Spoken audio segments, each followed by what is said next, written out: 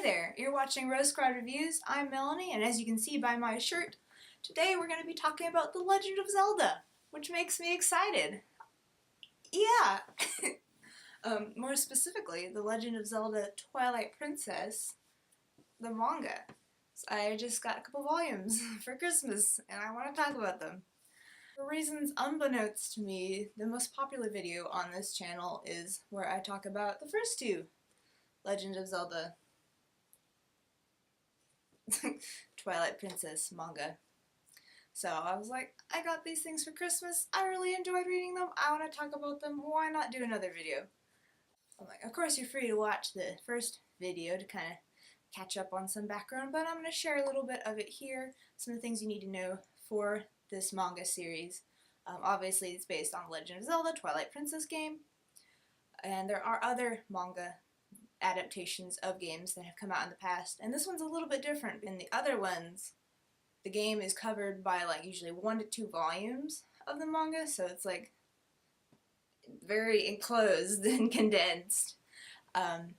In Twilight Princess, however, by the second volume, Link has only just defeated the first dungeon. So we've still got a lot of road work ahead of us, and the pacing of this one's a little bit different because of that. Also, you get a little bit more personality from Link, so he can talk, which is a great change from the game. And you kind of get a little bit of a look into his motivations of being a hero, why he wants or doesn't want to save, you know, the entire country of Hyrule, and where his backstory comes from. As I mentioned, the first 2 volumes kind of chronicle Link's adventures in the Ordon region.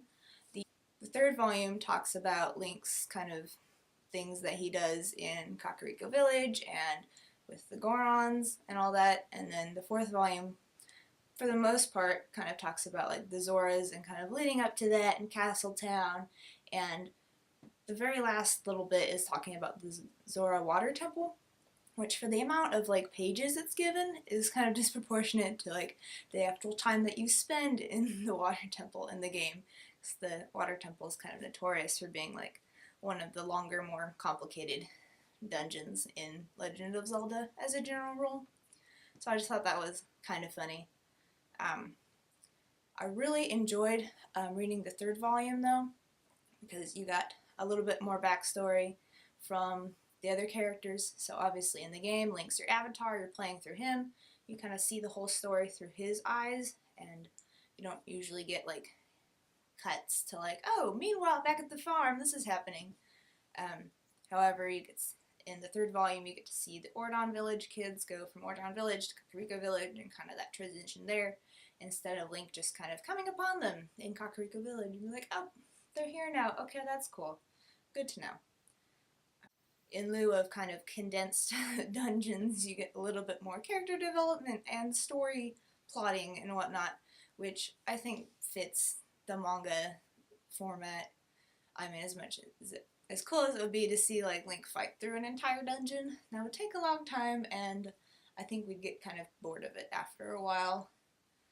The other thing I really enjoyed was the artwork is very heavily inspired by the game, and just, you know, reading the manga, I was able to hear the soundtrack kind of triggered in my brain of like all the little noises and sound effects, and the music especially.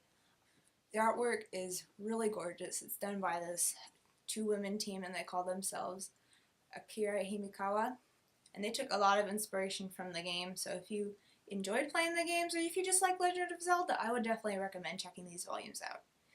So that's it for today. I hope you enjoyed this little mini review of Legend of Zelda Twilight Princess.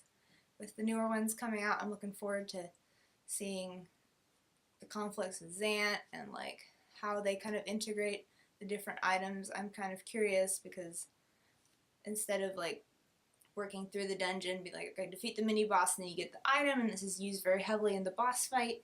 The items are kind of just sort of given to Link by other characters. So I'm kind of curious to see like which items they integrate, because they've kind of smoothed over some of them. For example, the magnetic boots he doesn't really use. So with all the items that are in Twilight Princess, because there's a lot, that's one of the things I'm going to be looking forward to see how they handle that, and just kind of how the story is going to progress from the game to the manga format in the future.